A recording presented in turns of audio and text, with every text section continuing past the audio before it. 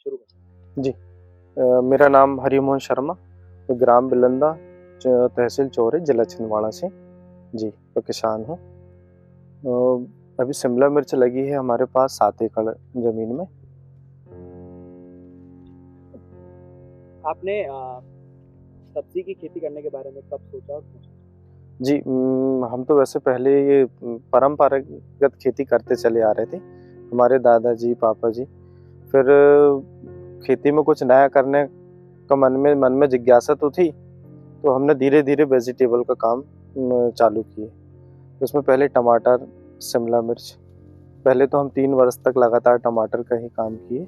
फिर उसके बाद शिमला मिर्च का काम, ये छठवां वर्ष है शिमला मिर्च का काम करने में। जो शिमला मिर्च का आप काम कर रहे हैं, इसमें लागत कितनी आती है और आपको कितना मुनाफ़ा इससे मिलता है? जी, ये लगभग 5 महीने की क्रॉप है। ये 5 महीने फसल देती, मतलब हमको फल देती है। 5 महीने से आमदनी आती है, तो आमदनी भी आती है और उसमें लागत भी साथों-साथ चलती है।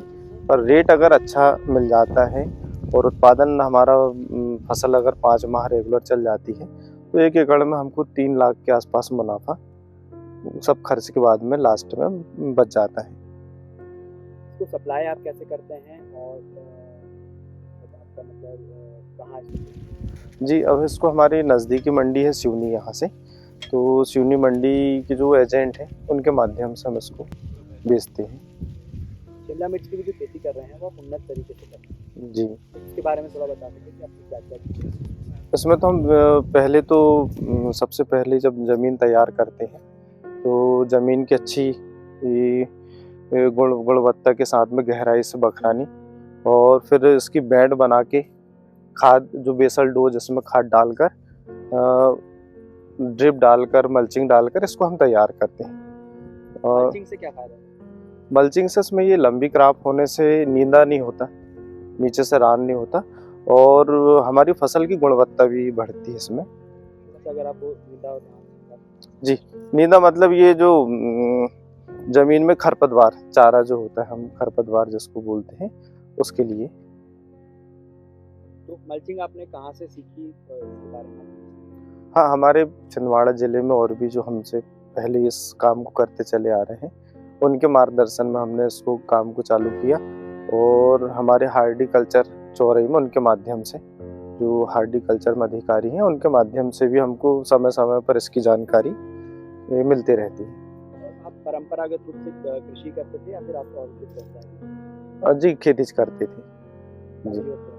पिताजी, दादाजी, पिताजी, फिर हम लोग। जी। सब्जियों से पहले ये सोयाबीन, मक्का और गन्ने का काम था। जब से ये सब्जी का काम किए हैं, तो गन्ने का काम भी ख़त्म कर दिए हैं, और ये सब्जियों का, इसका गेहूँ, मक्के का भी कम कम हो गया है। जी। तुलना करके आप बता पाएँगे कि आपने मतलब क्यों बदला? ये इसमें एक तो ग्रोथ अच्छी है। अगर हमारा खर्च हो रहा है, इससे तो एक तो हमारे पास जो मज़दूर काम कर रहे हैं, उनको भी काम मिल गया, और लगातार हमको भी थोड़ा-थोड़ा मुनाफ़ा जो है अन्य फसलों से, इसमें भी बढ़ के मिल रहा है। तो कितने लोगों को आप रोज़गार देते हैं? जी, हमारे पास अभी 45 लेडीज़ और जेंट्स से 45 लोग हैं काम वाले, और शिमला मिर्च के अलावा ये बटाना है, लहसुन है, ऐसे ही 20 से 22 एकड़ ज़मीन में भी वेजिटेबल का काम। अगर आप थोड़ा-सा चुनौतियों के बारे में बता पाएँ, किस तरह की जो खेती होती है, क्या-क्या चुनौतियाँ आती हैं? और जिस तरीके से मौसम बदल रहा है, जी, जी। उससे क्या? हाँ, इसमें मौसम से तो बहुत साइड इफ़ेक्ट होते हैं हमारी फसलों में। जैसे मौसम बदलता है, तो इसमें रोग जो है बहुत अधिक मात्रा में, बहुत जल्दी सक्रिय हो जाते हैं। तो ये तो इसमें बहुत बड़ी चुनौती होती है। अब इसमें हम दवाओं के माध्यम से उस रोग को कंट्रोल करने का प्रयास करते हैं। कई बार प्राकृतिक आपदाएँ जब अधिक हो जाती हैं, तो वो कंट्रोल भी नहीं हो पाती, नुकसान भी हो जाता है उसमें। जैसे आप वर्षों से आपके पीढ़ियों से पिछले 10 वर्षों में आपने मौसम में क्या बदलाव? मौसम ये 10 वर्षों में ऐसा रहा, ये लगातार अब मौसम एक सा नहीं रह पा रहा। जैसे ठंड में भी बारिश भी हो रही है, और ठंड में भी इस बार गर्मी भी पड़ी। तो ये तो इस खेती के लिए बड़ी चुनौती होती है।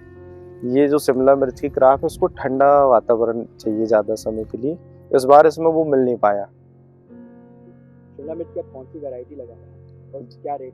जी, अभी ये शिमला मिर्च की हंटिंगटन है, सेमिनस कंपनी की हंटिंगटन है। अभी इसका मार्केट में वही 24-25 रुपए केजी में जा रही है। आप थोड़ा और समझा सकें मुझे कि एक पेड़ में कितना क्या फल आता है, कितने पेड़ में? जी, ये जैसे हमारी अगस्त में ये क्रॉप लग गई है, तो अगस्त, सितंबर, अक्टूबर, नवंबर, दिसंबर, जनवरी, फरवरी, ये हमारे यहाँ अगर टेम्परेचर अच्छा थोड़ा ठंडा रहा तो हम मई तक इस फसल को ले लेते हैं। और पर पौधे में 4 किलो शिमला एक एवरेजन हमको दे देती है इतने लंबे समय में वो 4 किलो करीब करीब एवरेजन। जैसे अभी आपने शिमला मिर्च लगाई, जी, तो इसको आप कब चेंज करेंगे? ये अगर कोई प्राकृतिक आपदा नहीं आई, ओला वृष्टि अगर नहीं होती, अब 2 वर्षों से ओला वृष्टि होने के कारण फसल हमारी अप्रैल में ये खत्म हो जाती है। अगर उस समय तक ओला वृष्टि नहीं होती तो हम ये मई पूरा और 1 जून तक ये चल जाती है शिमला मिर्च। उसके बाद फिर आप क्या लगाते फिर उसके बाद में अभी इस वर्ष हमने धनिया लगाए थे इसी में बारिश का, तो धनिया में भी बहुत अच्छा उत्पादन भी मिला और रेट भी मिले। हैं? तो कौन कौन सी सब्जियां हैं?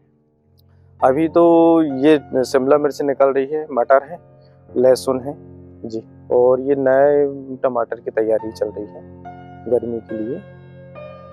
आपकी जो सब्जियां आप उगा रहे हैं, इसमें कितना केमिकल का उपयोग है और कितना आप ऑर्गेनिक पे शिफ्ट कर रहे हैं? ये मान के चले 50% तो केमिकल का उपयोग लेना ही पड़ रहा है। ये मौसम परिवर्तन के कारण हमको इसमें ये फंगिसाइड, पेस्टिसाइड तो लेना ही पड़ रहा है। और ऑर्गेनिक में हम ये नीचे गोबर खाद है या अन्य चीज़ें जो हम ड्रिप से देने वाली हैं, ये इसमें ले रहे हैं नीचे से। जो केमिकल्स हैं उनके क्या कोई विकल्प मौजूद नहीं है ऑर्गेनिक? अभी तो ऑर्गेनिक में ऐसा कोई विकल्प हमको नहीं मिल पाए हैं। मैं तो चाहूँगा जो भी किसान भाई इस व्यवसाय को चालू करना चाहे तो शुरुआती दौर पे ज़्यादा नहीं, क्योंकि हमको सीखना भी है। कुछ चीज़ें हम जब तक खुद अपने प्रैक्टिकल नहीं कर पाते हैं तो सीख भी नहीं पाते हैं। तो अगर शुरुआत करें तो कम से कम 2 एकड़ से शुरुआत करें, बहुत अधिक ना करें। क्योंकि मुनाफा देख के अगर आदमी बहुत अधिक ज़्यादा मात्रा में करता है, ज़्यादा जगह में करता है तो कई बार नुकसान भी हो जाता है। तो किसान भाइयों अगर इस काम को करना चाहते हैं तो मेरा ऐसा मानना है, मैं भी 2 एकड़ से शुरुआत किया हूँ कि धीरे-धीरे हम इस काम को बढ़ा सकते हैं। और शुरुआत में कितनी लागत? जी, शुरुआत में इसमें मल्चिंग का, ड्रिप का और ये जो बाँस है, ये मान के चलो 1 एकड़ में 1.5 लाख के आसपास का शुरुआती लागत होती है। फिर इसके बाद हमारी नर्सरी की लागत हो जाती है। नर्सरी की 1 एकड़ में मान के चलें आप 70,000 के आसपास की लागत नर्सरी की हो जाती है। और 1.5 लाख हम ड्रिप, मल्चिंग, बाँस वगैरह ऐसा मान के चलें, तो 2 लाख के आसपास मोटा-माटी। जैसे मौसम की जो मार है, उसके लिए कई लोग पॉली हाउस बनाते हैं। जी। क्या आप उसके बारे में भी सोच रहे हैं? क्या उससे फायदा होगा? हाँ, उसके बारे में सोचा तो हूँ, पर अभी क्या है, मैं जहाँ भी देखा हूँ तो उसमें लोग नर्सरी का काम कर रहे हैं पॉली हाउस में। ये सब्जियों का काम कम लोग कर रहे हैं। तो इसलिए उसके बारे में भी मेरे को भी ज़्यादा जानकारी है नहीं। करना तो मैं भी चाह रहा हूँ। मैंने बीच में डाला भी था, मेरा केस आ भी गया था, पर वो मैं उसको समझ नहीं पाया हूँ अभी, इसलिए नहीं कर पा रहा हूँ। इसमें सरकारी योजनाओं का आपका कितना फायदा है? जी, जो भी सरकारी योजना होती है तो हमारे जो हॉर्टिकल्चर विभाग से मेरे को लगभग जो भी अच्छा से अच्छा फ़ायदा मिल सके वो मिल जाता है। बीज के लिए नहीं, मैंने तो नहीं लिया हूँ लोन। जैसे ये बीज के लिए, ड्रिप के लिए इसमें सब्सिडियाँ मिल जाती हैं। ये ड्रिप में अभी मेरे को 50% का भी अनुदान एक बार मिला है। मिनी स्प्रिंकलर लगाया था तो उसमें भी 50% का अनुदान। जी। अब थोड़ा मेरे को बता पाएँ कि कितना टोटल ग्रांट रहता है? उसमें कितनी सब्सिडी? ये मान के चलिए कि जैसे 1 हेक्टेयर का जो हमारा केस होता है, तो मेरे को उसमें 60,000 रुपए लगा था। उसमें लगभग 35% मेरे को 35,000 के आसपास उसमें सब्सिडी मिली थी। मल्चिंग जो ये तकनीक है, ये आपने खुद से सीख के इसको कर रहे हैं या फिर किसी एक्सपर्ट की मदद? हाँ, एक्सपर्ट की मदद। ये जो हमारे छिंदवाड़ा के पास लिंगा में है एक पवार जी हैं, वो भी बड़ा इसका बहुत लंबे समय से अच्छा काम करते हैं। उनके माध्यम से मैंने ये मल्चिंग का, शिमला का जो काम है उनसे देख के भी सीखा हूँ। तो जो ये मल्चिंग का जो प्लास्टिक है, जी। कितने टाइम तक चलता है और फिर इसको कब रिप्लेस करना है? जी, ये 1 वर्ष 9-10 माह के बाद हम इसको निकाल देते हैं। तो क्या करते हैं? ये तो नष्ट कर देते हैं, इसको जला देते हैं। जी, ये दोबारा काम नहीं आता है। इससे क्या मिट्टी को कोई नुकसान होता है? अभी तो ऐसा कुछ नहीं हुआ है और हम ये फसल चक्रण भी इसमें बना के चलते हैं। जिस प्लाट में इस वर्ष मल्चिंग लगी है और सब्जी लगी है, तो आने वाले वर्ष में उस प्लाट को खाली रख देते हैं 1 सीजन के लिए। तो उससे अभी तक दिक्कत नहीं आई। हाँ, अगर लगातार हम उसी ज़मीन में लगातार ले रहे हैं, तो फसल का उत्पादन भी नहीं होता है और ये एक निमोटिड बीमारी का भी सामना इसमें किसानों को करना पड़ रहा है।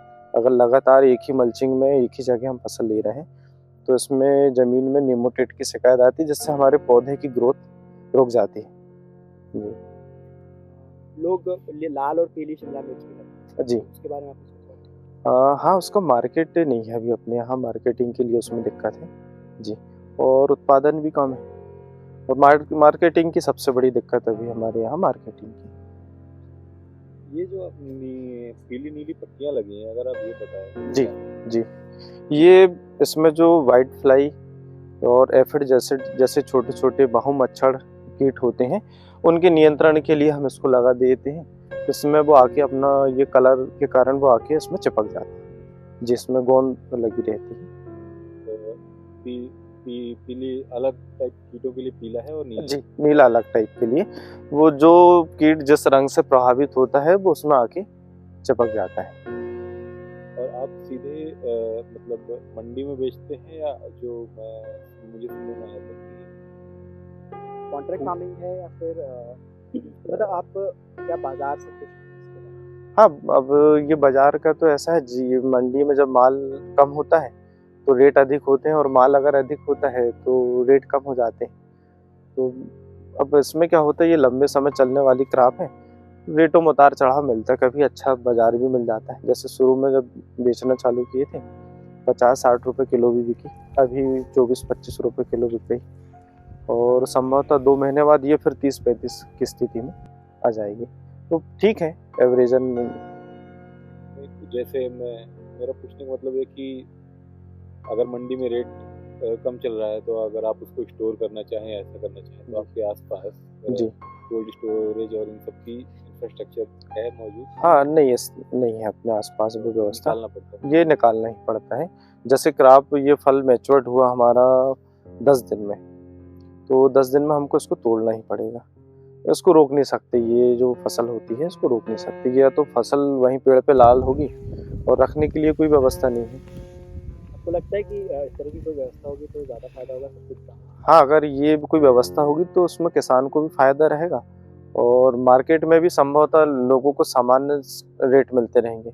किसान को बहुत अधिक रेट ना भी मिले, अगर 30-35 रुपए किलो का केजी का अगर रेट मिल जाता है तो किसान के लिए भी संतुष्टि है और मार्केट में खाने वालों के लिए भी। अच्छा, इसमें क्या होता है, ये बाजार एकदम से जब रिवर्स होते हैं तो खाने वाला भी नहीं खाता सस्ते में, और जब बहुत महंगा होता है तो भी खाने वाले के लिए भी दिक्कत होती। तो किसान मार्केट से ही है और खाने वालों से किसान का व्यवसाय है। तो अगर ये रेट समान हो तो किसान को भी अच्छा है और खाने वालों के लिए भी। और कुछ आप कहना चाहते हैं? या सरकार से कोई आप डील करना? नहीं, सरकार तो इस समय मतलब अच्छी मदद कर रही है किसानों को इस काम के लिए और सब्सिडी भी दे रही है। और हमारे यहाँ जो चौरी में हार्टिकल्चर अभी वर्तमान में जो टीम है बहुत अच्छा काम कर रही है, उनसे बहुत मेरे को मदद भी मिल रही है लगातार। जी।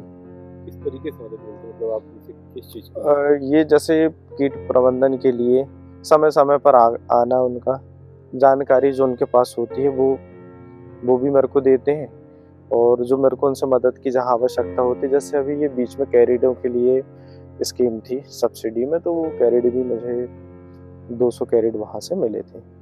तो मार्केट रेट से क्वालिटी अच्छी और 50% अनुदान में वो भी मिला था। ड्रिप मिल गई, ऐसे अन्य चीज़ें जो भी विभाग के माध्यम से